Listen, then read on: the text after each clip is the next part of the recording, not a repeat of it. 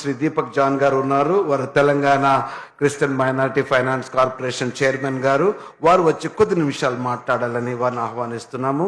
వారు విశేషమైన కృషి చేసి ఇదంతా సక్సెస్ చేయడానికి అందరి సహకారం తీసుకున్నారు. గట్టిగా చప్పట్లు కొట్టి వారిని మనం అభినందిస్తాం.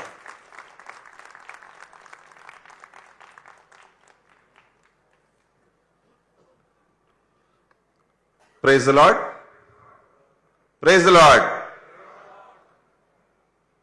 Honorable Chief Minister Shri Anumala Revanth Reddy garu, ade vidhanga Minority Welfare Minister Shri Azharuddin garu, ade vidhanga PCC President Mahesh Kumar Gaur garu, Hyderabad Incharge Minister Ponnam Prabhakar garu, ade vidhanga Shabir Ali garu, అదే విధంగా పొంగులేటి శ్రీనివాస్ గారు, అదే విధంగా అడ్లూరి లక్ష్మణ్ గారు, వాకిటి శ్రీహరి గారు, corporation chairman,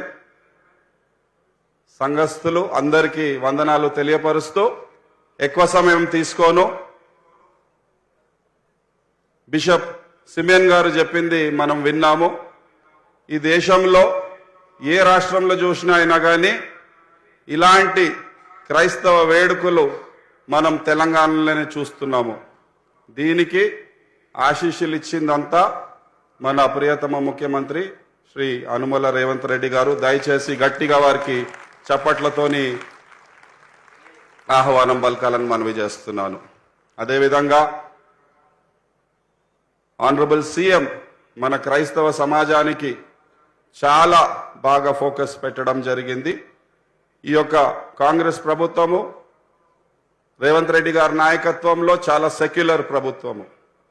Hindus అయినా కానీ, Muslims అయినా కానీ, క్రిస్టియన్స్ అయినా కానీ చర్చ్కి 30,000 రూపాయలు మంజూరు చేయడం జరిగింది. అదేవిధంగా రాష్ట్ర వ్యాప్తంగా 400 చోట్లలో క్రిస్మస్ విందు ఏర్పాటు కొరకు ఫండ్స్ కూడా ఇవ్వడం జరిగింది. దీంతో పాటు క్రిస్టియన్స్ ఎవరైతే పేద క్రైస్తవ పిల్లలు ఉన్నారో వారికి చదువుకోనికి రెసిడెన్షియల్ స్కూల్స్లో ఫ్రీ ఎడ్యుకేషన్ ఇవ్వడం జరిగింది. ప్రతి స్టూడెంట్కి ఈ యొక్క ప్రభుత్వము 1,50,000